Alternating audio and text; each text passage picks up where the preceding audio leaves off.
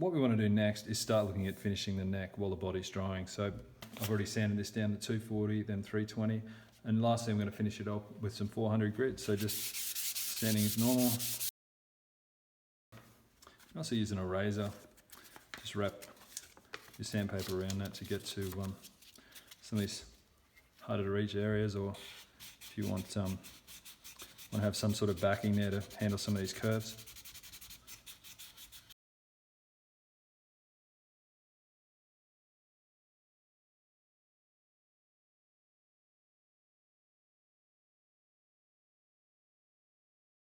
Now the next thing I want to do is mask off those tuning holes. So if we get too much gunk and stuff built up in there, you'll have a problem installing the tuning holes later, or tuning the tuners later I should say.